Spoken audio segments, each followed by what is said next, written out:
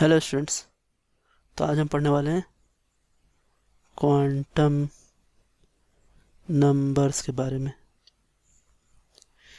इनके बारे में हम क्या क्या पढ़ेंगे, इनकी ओरिजिन के बारे में पढ़ेंगे, फिर पढ़ेंगे कि इनका फंक्शन क्या है और इनके एप्लीकेशंस क्या क्या है, ये सभी हम पढ़ेंगे। तो आइए देखते हैं। लास्ट क्लास में मैंने आपको wave mechanical model of atom से इंट्रोड्यूस करवाया था। वहाँ मैंने आपको बताया था कि साई जो होता है ये होता है वेव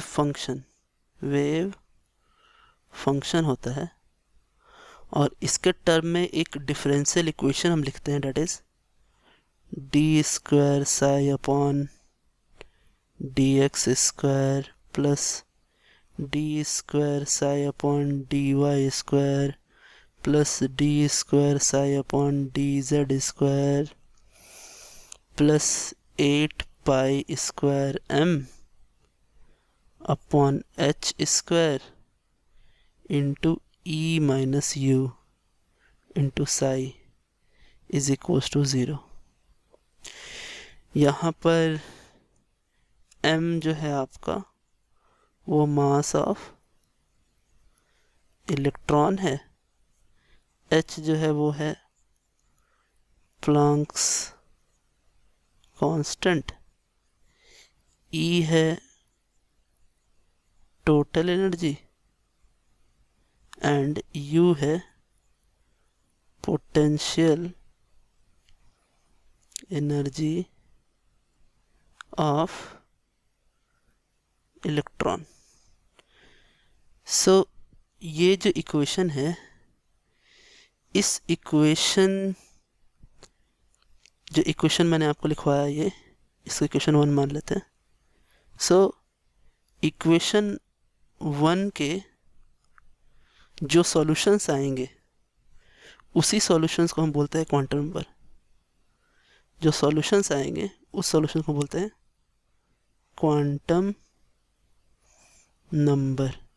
तो ये इसका ओरिजिन है। हम कह सकते हैं कि the solution of this equation are called quantum numbers.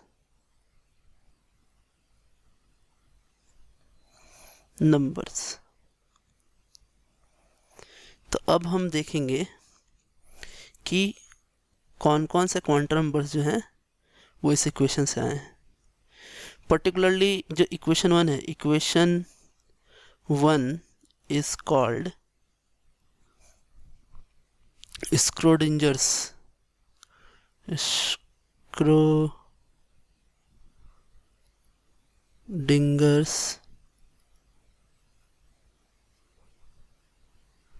Wave equation बोलते हैं इसे। There are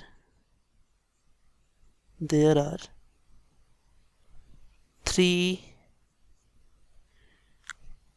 quantum numbers that are the solution of Schrodinger's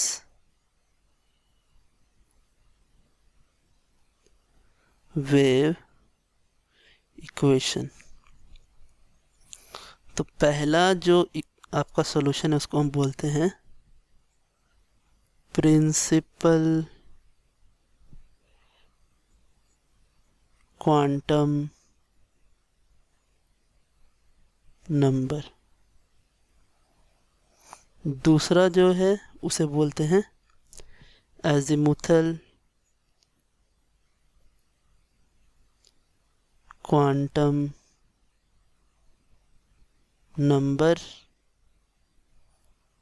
और जो थर्ड वन है उसे बोलते हैं हम मैग्नेटिक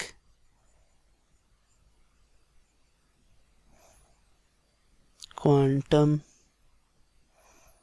नंबर। तो अभी एक एक करके हम इन तीनों को पढ़ेंगे। तो आज हम पढ़ने वाले हैं प्रिंसिपल क्वांटम नंबर। देखिए, सो प्रिंसिपल क्वांटम नंबर होता क्या है, समझते हैं इसे। तो पहला आज हम पढ़ेंगे principal quantum number denoted by n. इसको डिस्कवर किसने किया था? इसको डिस्कवर किया था बोर ने। तो ये करता क्या है? ये करता है कि it determines the size, so size के लिए रिस्पॉन्सिबल होता है, and energy of the orbital called cell और एनर्जी लेवल्स। सो ये क्या करता है कि एनर्जी लेवल का साइज बता सकता है और उसके एनर्जी के बारे में इंफॉर्मेशन दे सकता है। तो अगर n की वैल्यू आपकी क्या हो जाए, 1 हो जाए, तो जो नेम है आपका वो नेम क्या होगा? सेल का नेम के सेल। 2 हो जाए तो एल सेल, 3 हो जाए तो एम, 4 हो जाए तो एन, 5 हो जाए तो ओ, and so on, and so on. ये इनफाइनाइट होता है। आगे जैसे जैसे n की वैल्यू इंक्रीज होती है, so as the value of n increases, तो न्यूक्लियस से उस सेल का डिस्टेंस भी क्या होता है, बढ़ता जाता है। So distance from the nucleus of that cell increases। ठीक है, अब हमें ये भी जानना होगा कि डिस्टेंस भी इंक्रीज होता है तो एनर्जी भी बढ़ती जाती है। जैसे n इक्वल्स टू 1 2 3 4 5, तो E equals to E1 E2 E3 E4 E5। तो एनर्जी जो है, जैसे सेल दूर होता जाएगा एनर्जी भी बढ़ती जाएगी। यानी सबसे कम एनर्जी E1 की होगी, फिर उससे थोड़ा सा बड़ा E2, फिर बड़ा E3, और इस तरह से आगे की ओर बढ़ता जाएगा आपका। तो फिर for any value of n, so total number of subshell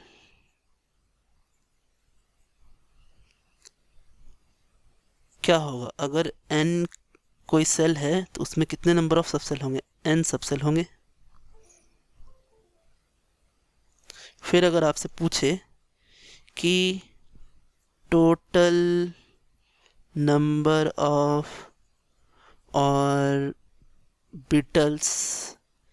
in a shell is equals to क्या होगा, एन स्क्वायर होगा, और total number of electrons in a shell आपका हो जाएंगे कितने, 2n²। सो आज के लिए इतना स्टूडेंट्स, नेक्स्ट क्लास में हम एजमुथल और मैग्नेटिक क्वांटम नंबर्स पढ़ेंगे। So thanks, have a nice day.